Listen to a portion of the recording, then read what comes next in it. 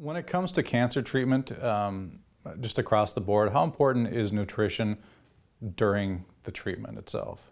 Okay. Well, there's very interesting data on this. Now, if you speak to the conventional oncologist, they'll usually tell you diet plays no role in cancer treatment and you can eat whatever you want. Interestingly, many or most cancers are glycolytic, meaning they rely on sugar. And we know that certainly when we do a PET scan and we inject a radioactive glucose derivative, very often the cancer just sucks it up very heavily. There is data that shows if you fast the day before and the day of chemotherapy, it potentiates the effectiveness of chemotherapy and actually mitigates the side effects. So there's good data on restricting calorie intake during chemotherapy.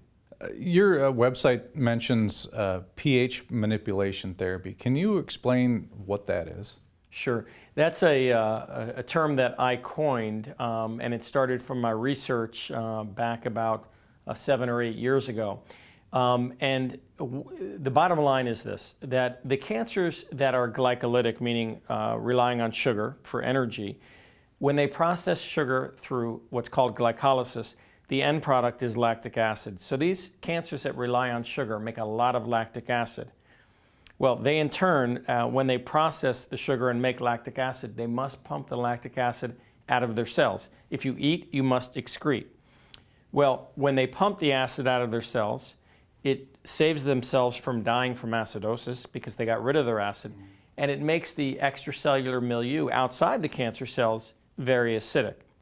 So I did some studies. I initially did an in vitro study at University of Miami where I developed a technique to block the cancer's ability to get rid of its own acid.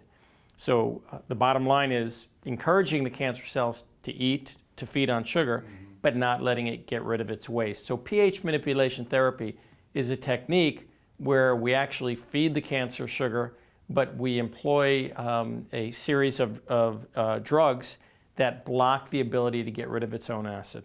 Which basically kills it, suffocates? Well, that's right. So the idea is the more they feed, the faster they'll kill themselves.